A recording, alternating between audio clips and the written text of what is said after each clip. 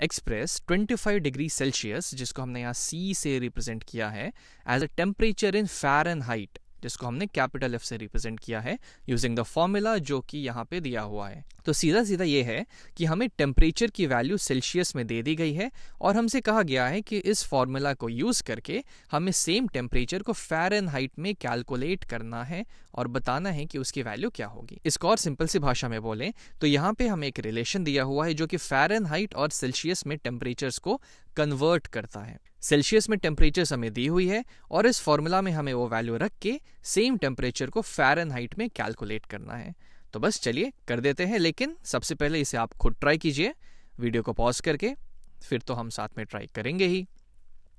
तो चलिए अब हम इस सेल्सियस को 25 से रिप्लेस कर देते हैं। तो ये हो जाएगा मेरा 9/5, इस सेल्सियस की जगह मैं 25 डिग्रीज लिख देता हूँ, इनटू 25 डिग्रीज प्लस ऑफ 32, ऐसे का वैसे आ गया। अब यहाँ पे शायद आपके मन में ये आ रहा होगा कि हम पहले मल्टीप्लाई करें या फिर पहले ऐड करें।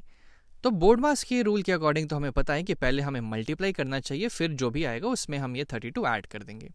ये तो हुआ एक तरीका सोचने का। अब थोड़ा लॉजिकली देखते हैं कि ऐसा हम क्यों कर रहे हैं, हम पहले मल्टीप्लाई क्यों कर रहे हैं।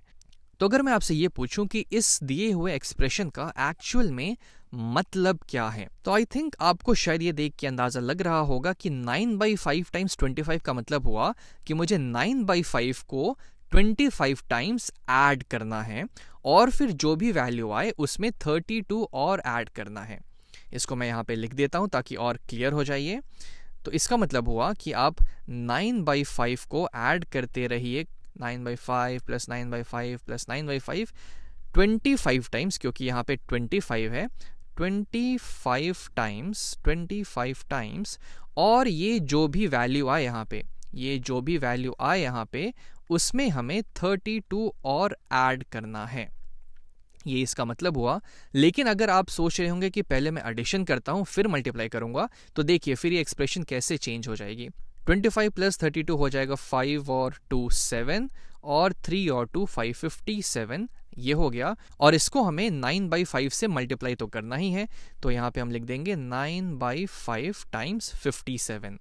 तो इसका क्या मतलब हुआ कि मुझे 9/5 को 57 टाइम्स ऐड करना है, 57 टाइम्स ऐड करना है, 57 टाइम्स। अब आप बताइए ये वाला सही है या फिर ये वाला सही है। हमारा एक्सप्रेशन तो यही था, हमने इसको सही तरीके से सोचने की कोशिश की तो हमें ये मिला, लेकिन इसमें और इसमें तो ज़मीन आसमान का फ़र्क है।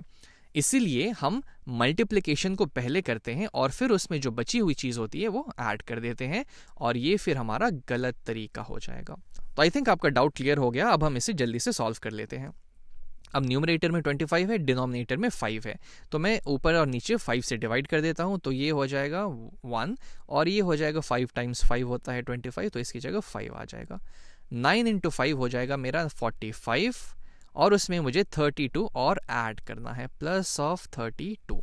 तो ये टोटल मुझे दे देगा 45 प्लस 30 होगा मेरा 75, 75 प्लस 2 और हो जाएगा मेरा 77 डिग्री फ़ारेनहाइट, 77 डिग्री फ़ारेनहाइट जो मेरा सेम टेम्परेचर है 25 डिग्री सेल्सियस, 25 डिग्री सेल्सियस वो मेरा 77 डिग्री फ़ारेनहाइट के बराबर आ गया है।